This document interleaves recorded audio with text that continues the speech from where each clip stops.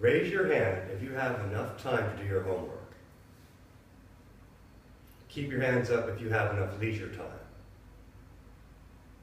The knowledge that we need to know now as students, and later as professionals, is how to manage our time effectively. As a tutor for Cedar Crest College's academic services, I have been challenged to learn, share, and apply creative methods of time management.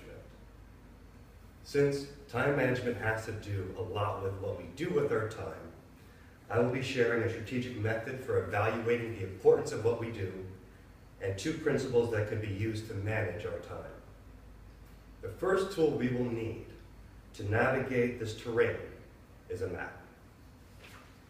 Dr. Stephen Covey, former professor of business management and organizational behavior at Brigham Young University, shared a graph that can help us determine what is important in his book, The 7 Habits of Highly Effective People.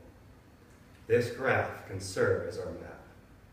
As you can see, the graph has 2 axes. One axis shows different levels of urgency and the other different levels of importance. Anything that we do can fit somewhere on this graph. As I go through an example of each quadrant, I want you to ask yourself, what tasks of yours fit into that section? An example of a task that fits into quadrant 1 is an upcoming speech presentation that's due tomorrow. An example of something that might fall into quadrant 2, high importance but low urgency, is homework that's not due until sometime next week. Activities that fall into the 3rd quadrant of high urgency but low important is returning phone calls and going through unnecessary emails. And last but not least, things that fall into quadrant 4 are things that are not important and have low urgency, like playing Farmville or Candy Crush on our smartphones. As you may have noticed, or you have figured out already, there is a relationship between these quadrants. The activities in quadrant 2 can very easily become the crises in quadrant 1 because we're too busy spending our time doing things from the bottom row.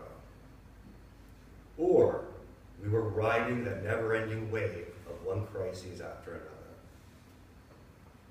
Once we have identified the importance and urgency levels of the tasks that we have, we are better equipped to determine how we want to spend our time.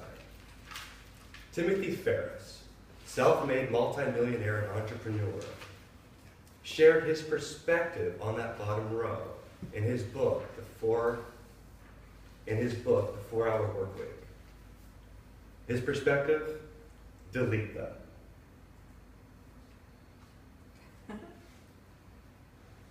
According to this best-selling author, doing something unimportant very well doesn't make it important. And requiring a lot of time doesn't make it important either. Unimportant is unimportant, period. Now that we have previewed the map, we are ready to explore our first principle, Pareto's Law. Both Stephen and Tim mention Pareto's Law, or the Law of 80-20 in their respective books. Pareto's Law is a natural phenomenon that can be observed in farming. If we planted 100 tomato seeds, 20% of those seeds would take root and produce 80% of the tomatoes at harvest time. In terms of time management, this means 80% of our crises come from that 20% of quadrant 2 that we neglected. This also means that if we pay attention to quadrant 2, we can reduce 80% of our headaches. Also, 80% of our interruptions come from 20% of the people that we know. What would Tim say? Delete them. Dr. Covey, on the other hand, would have us attend to them before they become an interruption. On a more positive note, by investing time and energy on 20% of the material that winds up on an exam, we can achieve an 80% on that test. Have you ever noticed that 20% of any chapter in any textbook is in bold print, with a definition, and quite possibly an illustration to go with it? And that information tends to make up 80% of the questions on test day.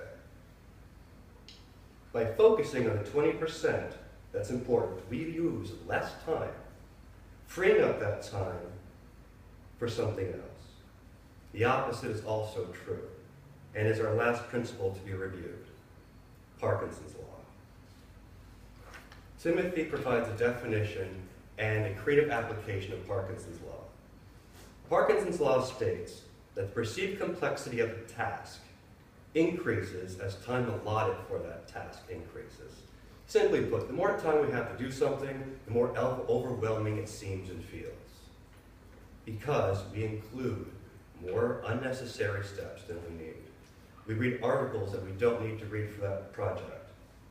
We create flashcards. We spend a lot of time creating flashcards and little time actually using them. Tim's creative application for this law is that by giving ourselves a deadline, we force the activity into quadrant 1 and force ourselves to focus on that 20% that really matters and is going to get us 80% of the benefit. However, that is the idea. In a study conducted by the Turkish Army War College, researcher Albert Kayal discovered that shortened deadlines for those who multitask actually reduce creativity and reduce productivity in the output. This is important because the fruits of having a deadline disappear if we're multitaskers. Timothy's creative idea only works if we're focused on one single task. We have learned a strategic method for evaluating the importance of what we do and 2 principles of managing what we do.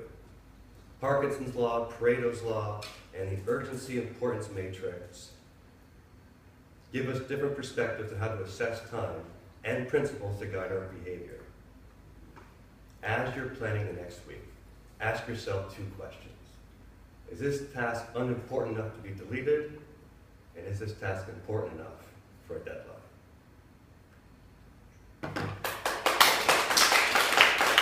The next president. What a great speech. Yeah, I wrote that one. Great. Split Yeah, out. I wrote that. I wrote down that too. The last one, I cannot compete with that. That was awesome, man. That was great. Thanks. I enjoyed it. Angelique We'll Bell. save our comments at the